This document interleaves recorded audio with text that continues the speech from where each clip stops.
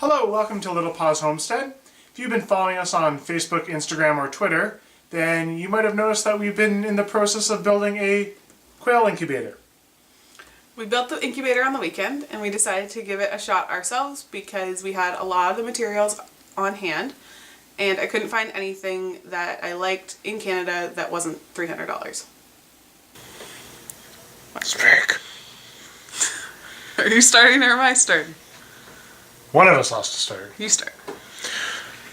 So we're partway through building an incubator and we decided that we should probably videotape it because we're cool. And we forgot. We're building it out of a cooler that I got for free, a styrofoam cooler, because in Canada we have a lot less options for buying incubators pre-made. And all the ones that are available are really expensive. Or from Amazon.com. And we don't want to pay import fees because we're cheap. So we're going to continue. May I help you? What you doing? Creating the manual egg turner For the quail incubator.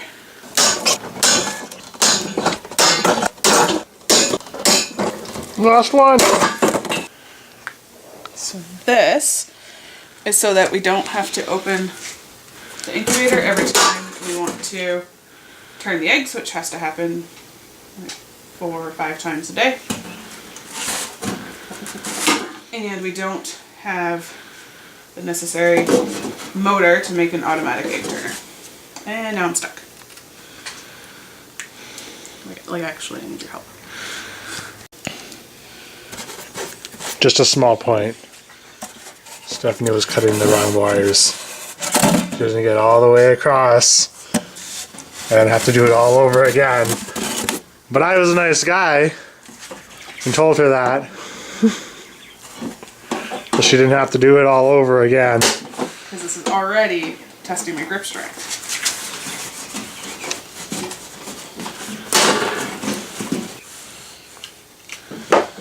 Does it fit better now?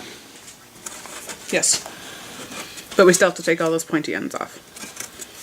Yes. We have to leave one on so that it can, we'll drill a hole into the side of the incubator and make this one longer with electrical tape so that from the outside of the incubator we can pull it or push it and move the eggs.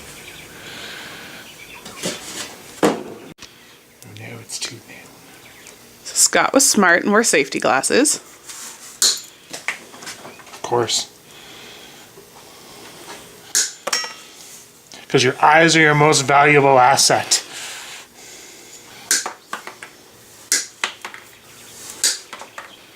Okay, and these ones as well? Yeah, all of them have to. All of them have to be sent? Except for that one that's long. Okay. Stop! I already have glasses on. These don't fit very well with my glasses. I don't care. Ta-da! That's done. And now it fits inside nicely.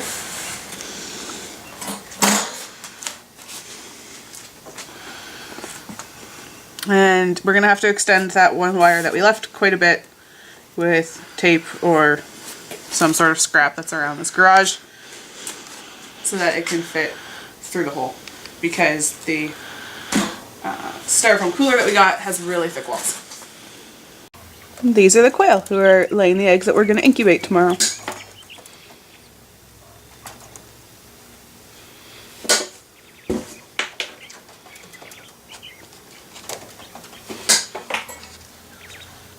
This is our male. He's a jerk.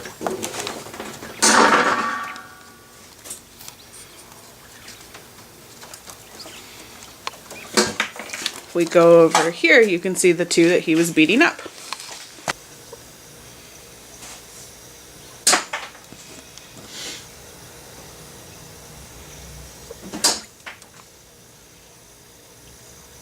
We had to modify a small dog cage for them to live in. So I marked the hole for our manual but easier egg turner. And because it's styrofoam, I'm probably just going to use this drill bit and push a hole through. So that was fairly easy. So next we have to wire up the fan, get the fan mounted inside, get the light bulb mounted inside, and extend the little metal part on our manual egg turner. And then we're pretty much done. So then we have to put the thermometers in and test the, we also have to drill vent holes for ventilation.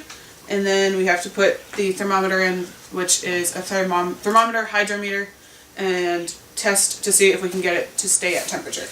When you're doing quail eggs, you want 100 degrees Fahrenheit for the incubation temperature. And the first 14 days while you're turning eggs, you want 45% humidity. So we're going to be testing to see if we can get that tonight. The nice thing about styrofoam is that we can just drill more holes if our temperature is getting too high to let some of the air out. Because we're also just using a 60 watt regular light bulb from the dollar store. So we finished the Quail Incubator on Sunday after we had lost power.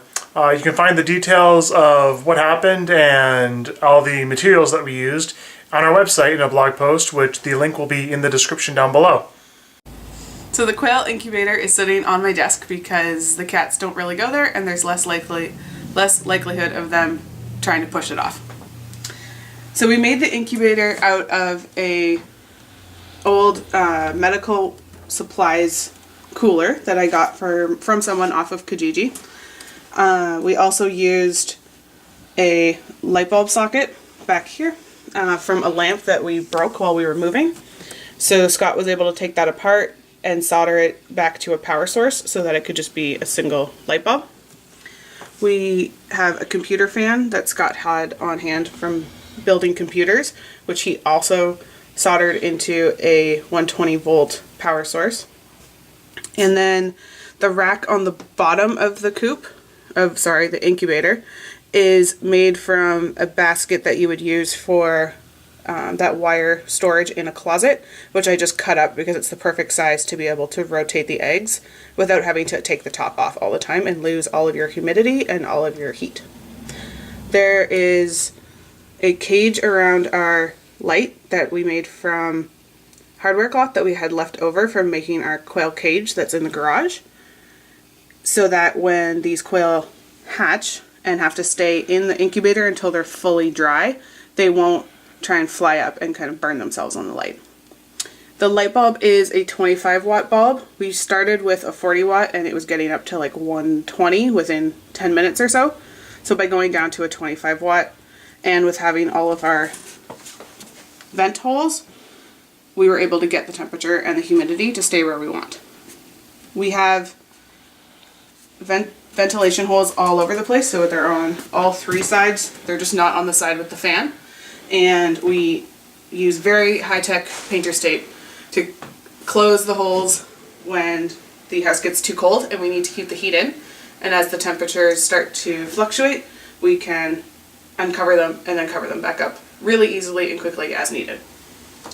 At the bottom here on both sides, I don't know if you can see, we have string attached to both sides of that rack in the bottom so that we can rotate the eggs a few times a day. So if you pull on the one side, it comes this way, and then we pull back and it goes this way.